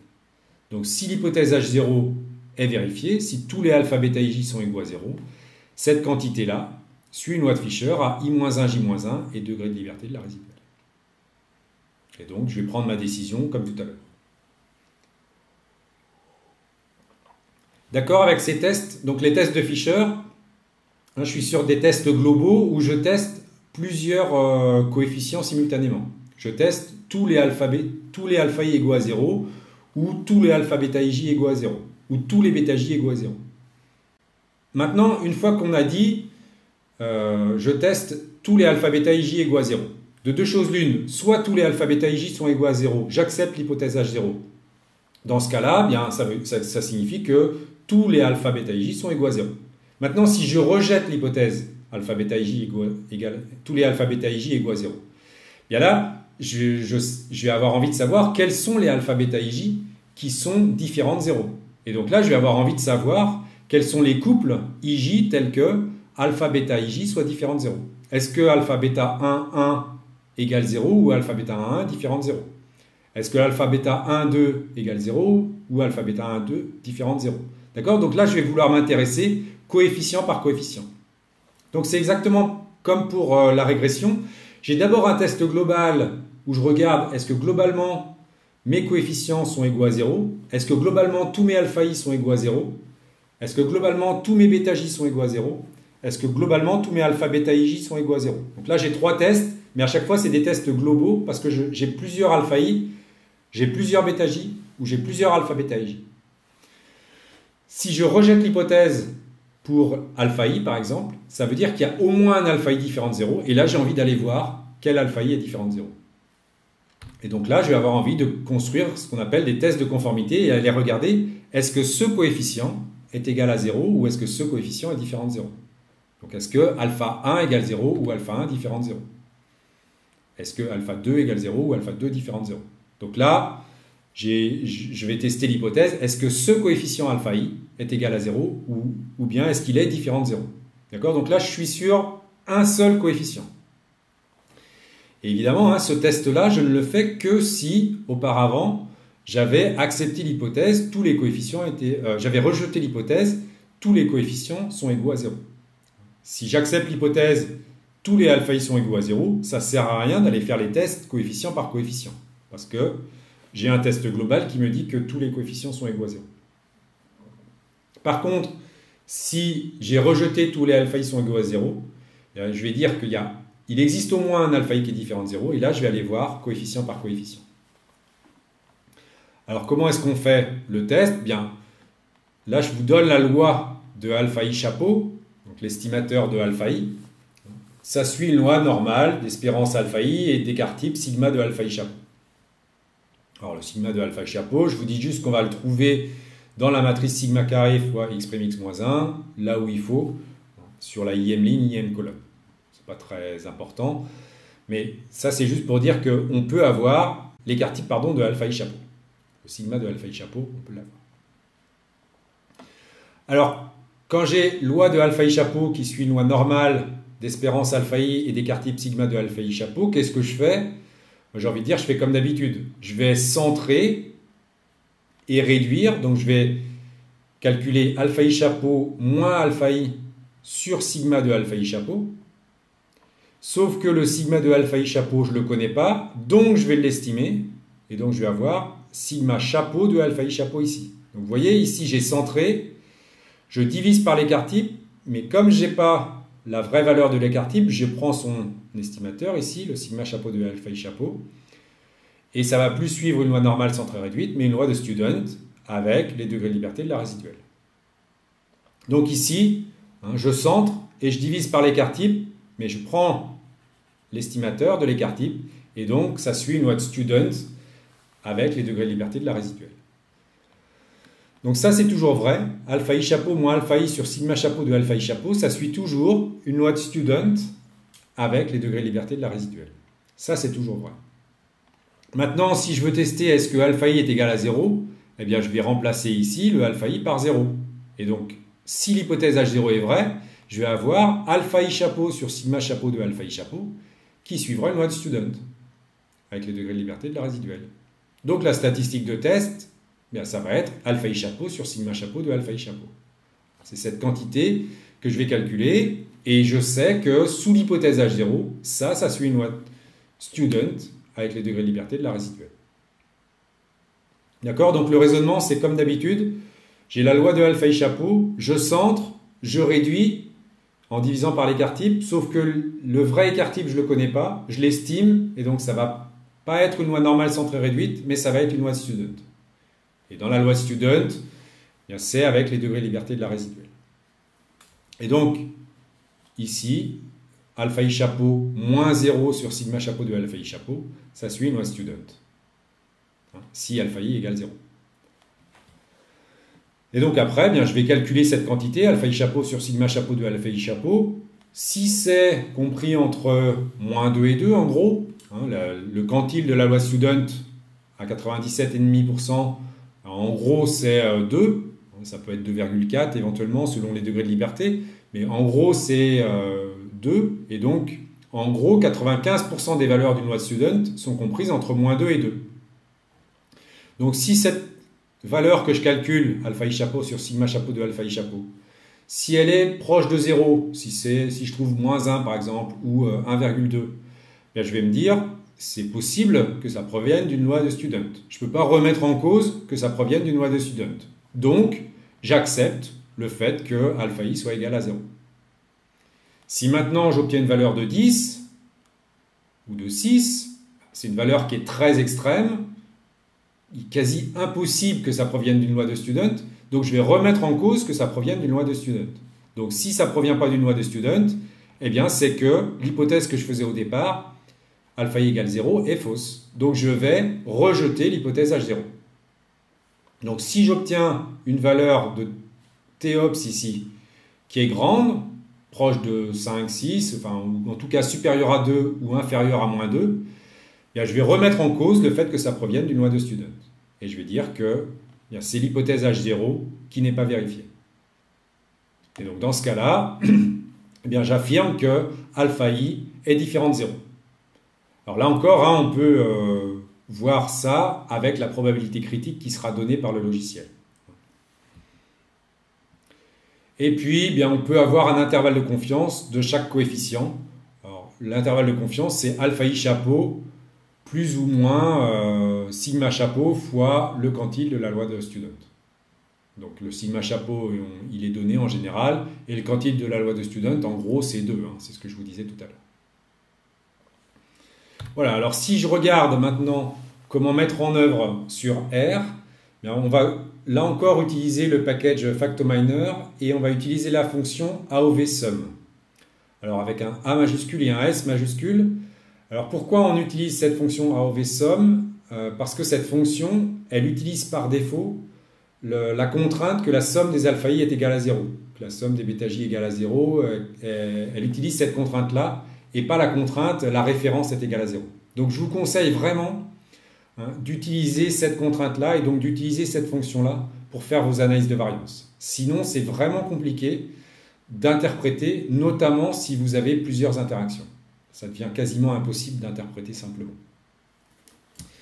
Et donc, comment est-ce qu'on construit le modèle? Bien, on va dire, on va écrire AOVSum de la variable à expliquer, donc le y ici, tilde, et puis on met le premier facteur, donc produit, plus le deuxième facteur, plus ici, et là je mets une interaction. Donc l'interaction, ça s'écrit produit deux points juge. Donc produit deux points juge, ça signifie l'interaction entre le facteur produit et le facteur juge. Et puis je précise que je travaille sur le jeu de données que j'ai appelé données. Ce que va me fournir la fonction AOVSum, c'est deux résultats. Un premier résultat avec les tests F, ici. Donc ça construit les tests F pour le premier facteur, le deuxième facteur et l'interaction. Donc là, vous voyez la variabilité liée au premier facteur, au facteur produit, une ligne pour le facteur juge, une ligne pour l'interaction produit-juge, et puis la résiduelle. On retrouve ici les sommes de carrés. df, c'est les degrés de liberté, degree of freedom. Et puis carré moyen, c'est le ratio somme de carrés divisé par degré de liberté. 12 divisé par 1, ça fait 12. 8 divisé par 2, ça fait 4. 8 divisé par 4, ça fait 4. 8 divisé par 6, ça fait 1,33.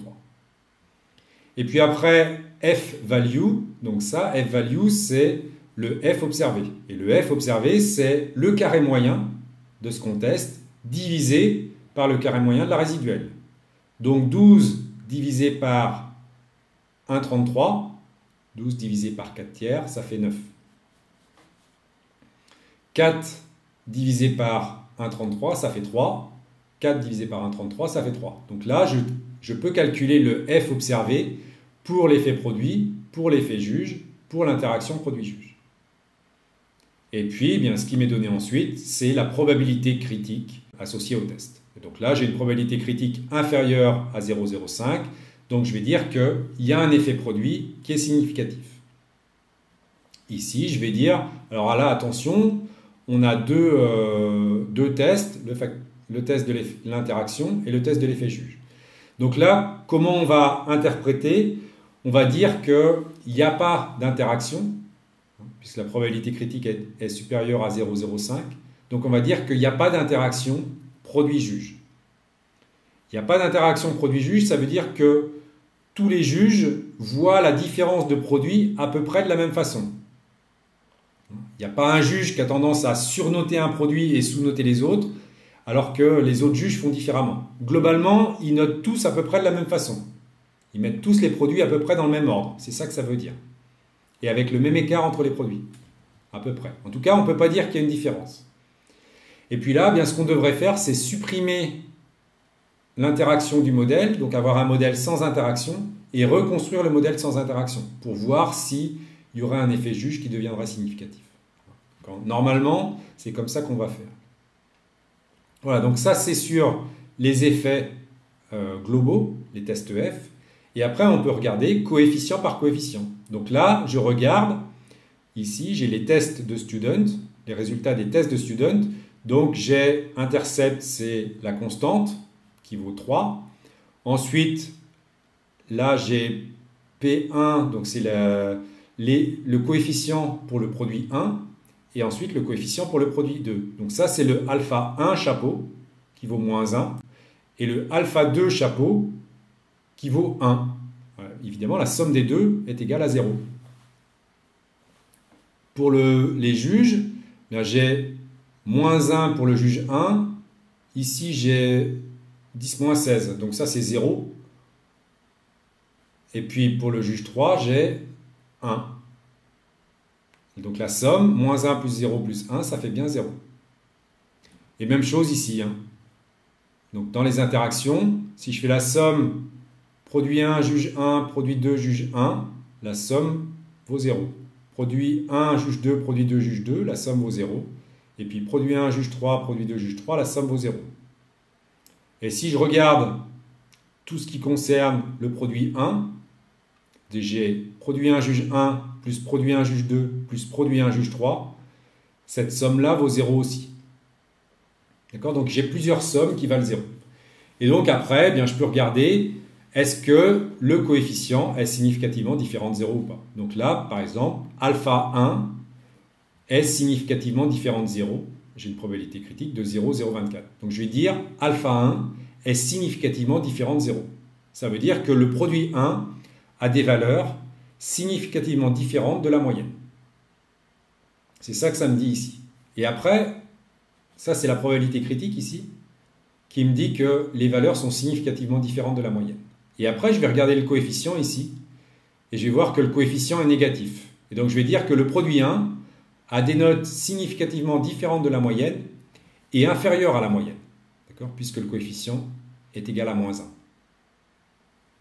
Et par contre, pour le produit 2, bien, les notes sont significativement différentes de la moyenne et supérieures à la moyenne. C'est ça que ça me dit quand le alpha 2, chapeau ici, est positif. Donc je vois la significativité de chacun des coefficients. D'accord ? Alors après, pour les autres coefficients ici derrière, je n'ai pas envie de regarder parce que j'avais vu dans les tests globaux que je n'avais pas d'effet. Donc je ne vais pas aller m'amuser à regarder les différents coefficients qui sont derrière.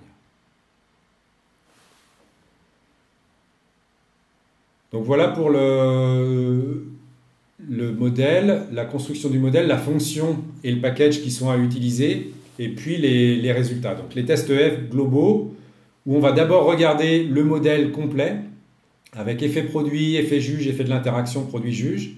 Et éventuellement, si je n'ai pas d'interaction, je vais simplifier le modèle, enlever l'interaction pour avoir un modèle plus simple et reconstruire. Et puis, si je reconstruis avec juste produit plus juge, si je n'ai pas d'effet juge, eh bien, je vais reconstruire un modèle avec juste l'effet produit. D'accord ? Pour avoir un modèle avec que des effets significatifs.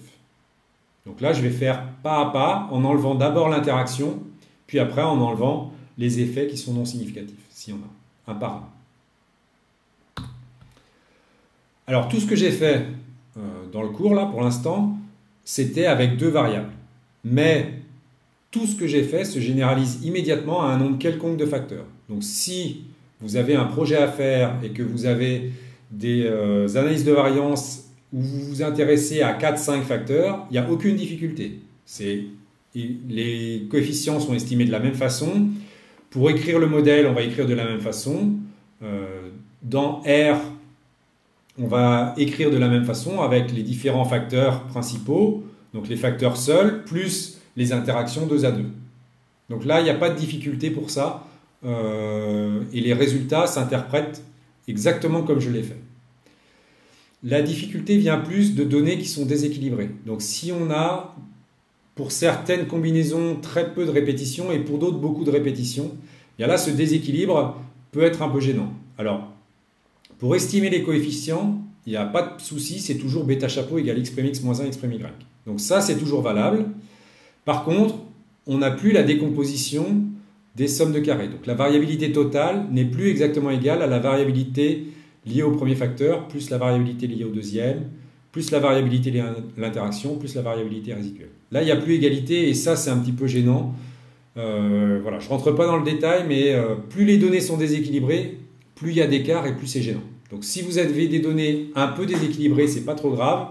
Si vous avez des données très déséquilibrées, ça peut être gênant.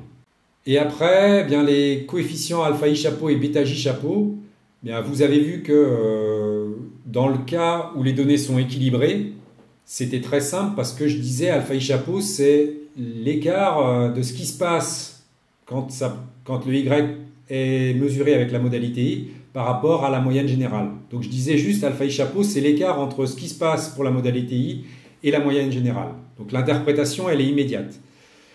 Quand les données sont déséquilibrées, c'est plus tout à fait ça. C'est plus un écart de moyenne.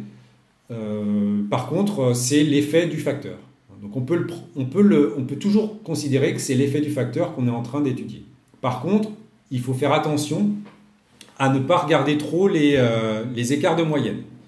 Les écarts de moyenne peuvent être perturbants quand on a des données déséquilibrées. Il vaut mieux faire confiance au modèle d'analyse de variance plutôt qu'à des différences de moyenne. Donc vous verrez ça dans un exercice en TD. Alors pour resituer ce qu'on a fait aujourd'hui et ce qu'on a fait la dernière fois, et pour terminer un petit peu le cours de modèles linéaires, donc c'est-à-dire le cours sur les modèles de régression et d'analyse de variance. Les modèles de régression d'analyse de variance font partie d'un même cadre qui s'appelle le modèle linéaire. Et dans le modèle linéaire, ce qu'on cherche, c'est à étudier une variable y qui est quantitative. Donc là, à chaque fois, dans nos études, les y étaient quantitatifs.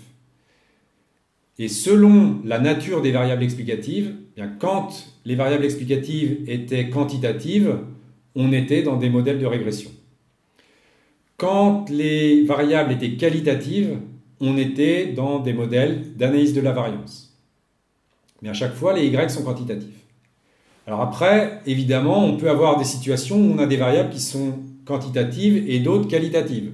Alors c'est ce que vous avez plus ou moins fait au début quand vous aviez comparé plusieurs régressions dans la première séquence du module. Ça, c'est très facile maintenant que vous avez vu le cours sur les modèles de régression multiple et les modèles d'analyse de variance avec interaction, de considérer des modèles où on a à la fois des variables explicatives qui sont quantitatives et d'autres qui sont qualitatives.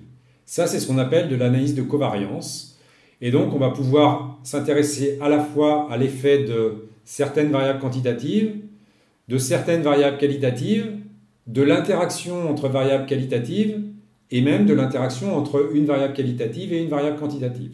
Donc, tout ça, ça va être complètement dans un même cadre. C'est ce qu'on appelle le modèle linéaire. Et le modèle linéaire, bien finalement, c'est des modèles où on écrit le modèle sous la forme y égale x bêta plus e. Alors, comme je dis que ça s'écrit y égale x bêta plus e, eh bien, ça signifie qu'on va toujours avoir le même critère pour estimer les paramètres, c'est-à-dire on va utiliser le critère des moindres carrés. On va avoir les mêmes estimateurs, bêta chapeau égale x' moins 1, x' y. On va avoir les mêmes propriétés de ces estimateurs, donc l'espérance de bêta chapeau égale bêta, la variance de bêta chapeau c'est sigma carré x' moins 1, mais on retrouve ça en régression, en analyse de variance et en analyse de covariance. Les programmes vont calculer à chaque fois x' moins 1, x' y et vont construire les tests toujours de la même manière. Donc c'est toujours avec la formulation matricielle et donc les tests vont être les mêmes qu'on ait des variables explicatives quantitatives ou qualitatives. Et d'un point de vue interprétation, bien, vous avez vu comment interpréter les résultats d'une régression, d'une analyse de variance. Il n'y a pas de difficulté à généraliser à un nombre quelconque de variables explicatives et à des variables qui sont quantitatives ou qualitatives. D'accord ? Donc pour de l'analyse de covariance. Alors, dernière chose sur les résidus. On a dit que les résidus doivent avoir la même variance. La variance des résidus doit être la même. Donc ça veut dire qu'il ne faut pas qu'il y ait des résidus qui bougent beaucoup pour certaines modalités et bougent très peu pour d'autres modalités. Ça, c'est ce qu'on appelle de l'hétérocédasticité. C'est-à-dire qu'il n'y a pas la même variance pour les différents groupes. Ce qu'on veut, nous, c'est l'homocédasticité, c'est-à-dire qu'il y a à peu près la même variance, quel que soit le groupe. Donc si on est dans des situations comme ça, avec des résidus qui ont des petites variabilités pour certains groupes et de grandes variabilités pour d'autres groupes, bien ça, c'est plutôt gênant.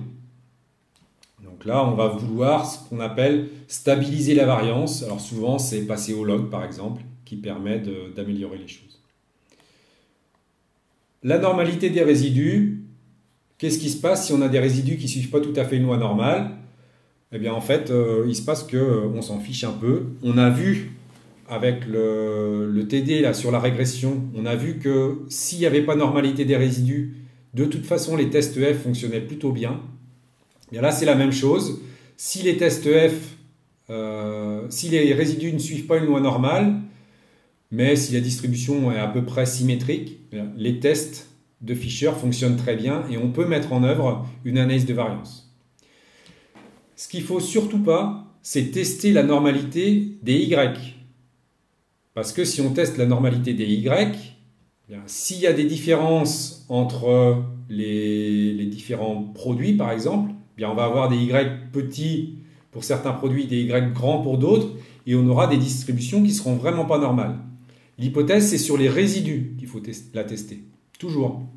Alors, je l'ai mis en rouge, je ne l'ai pas mis en assez gros, parce que tous les ans, il y en a qui font l'erreur et qui me posent des questions sur la normalité des Y. Tous les ans, quand je fais cours, il y en a qui me disent, vous me dites, mais non, c'est sûr, on ne va pas se tromper. Encore il y a une semaine, il y a un étudiant ou une étudiante qui m'a posé la question, comment je fais parce que je n'ai pas la normalité des Y.